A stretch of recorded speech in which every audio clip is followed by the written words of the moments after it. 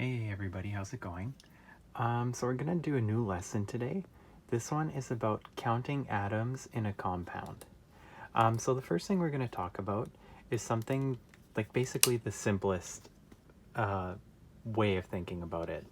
So if I have, for example, my periodic table here, and I take just a random element. So say I take helium, which is He. So this is one atom.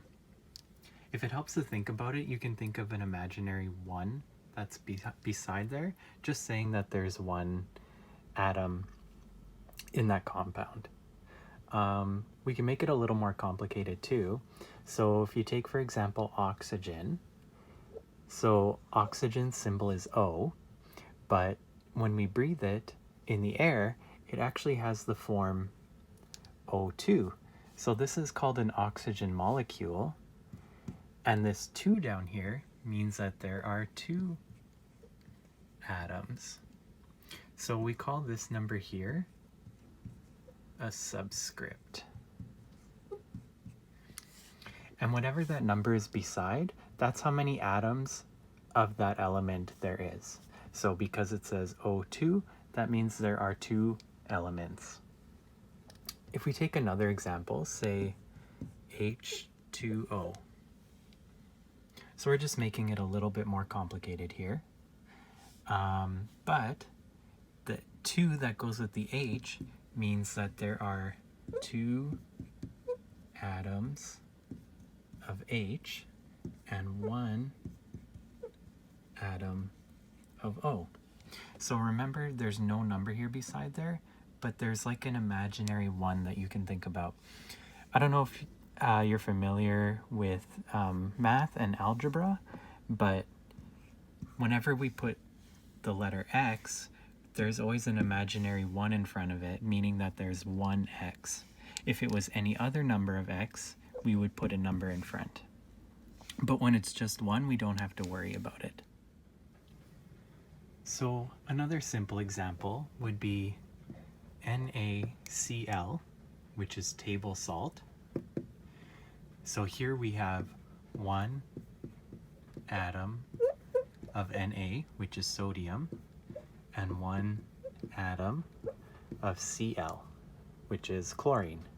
And remember, there's no 1s there. Just you need to remember that that means that there are 1 if you don't see a number. Let's go maybe a little bit more complicated. How about MgSO4? So this is called magnesium sulfate, and this, which is sulfate, is an example of what's called a polyatomic ion. You don't need to worry too much about this term this year. Probably next year it'll be more important. Right now we're just focusing on counting the atoms. So we have Mg, that it has 1 atom. Now we have S, also with no number there. So there's 1 atom of S. And then there's a 4 with the O. So that means our O, there are 4 atoms of O. So there are also examples where you will see those polyatomic ions with brackets around it. So for example, CaNO3 2.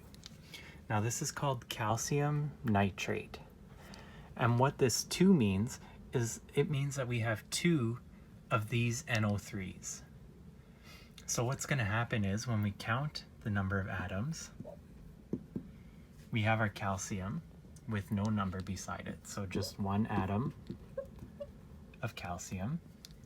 But now everything that's in the brackets gets multiplied by this 2 because we have 2 of everything. So for our N, the N number is 1, but we're going to multiply it by 2.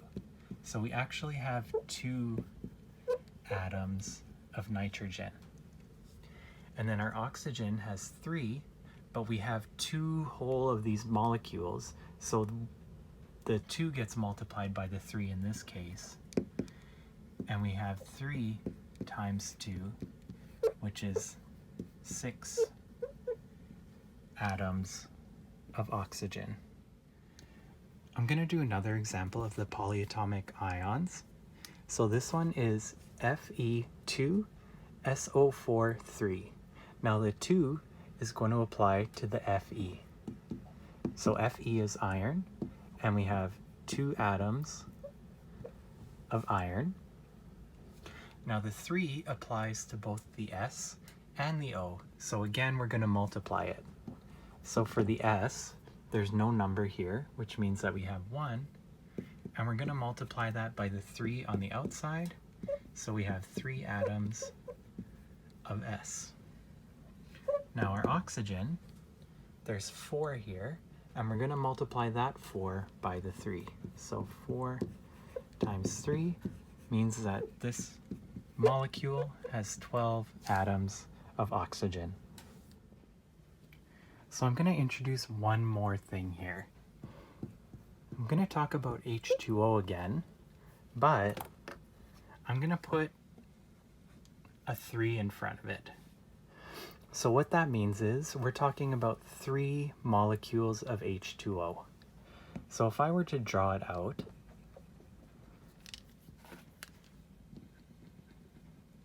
so imagine that these are my 2 hydrogens and the blue is my 1 oxygen. Now that's 1 molecule of H2O, but our formula here has 3 of them. So I'm just going to go ahead and draw 3 of them. And like that, and 1 like that. So here we have 3 molecules of H2O, and we can actually just count how many atoms of each element we have. So we have 1, 2, 3 oxygen atoms, and we have 1, 2, 3, 4, 5, 6 hydrogen atoms. But we don't have to draw it out each time. We can just do some simple math to calculate it. So our number behind the O here, there is no number, which means that there is 1 atom. And then we can just multiply that by the 3 in front, which is 3 total atoms. Similarly, for the hydrogen, hydrogen has a 2 behind it, so we take that 2 and we can also multiply it by the 3 and find that there are 6 hydrogen atoms, which is what we found just by counting them. Alright, I'm going to do one more example, just putting everything all together that we've talked about. And this is also the example that you'll see on the slides in your assignment. So the one that is on the assignment is 2 Fe2 SO3 3.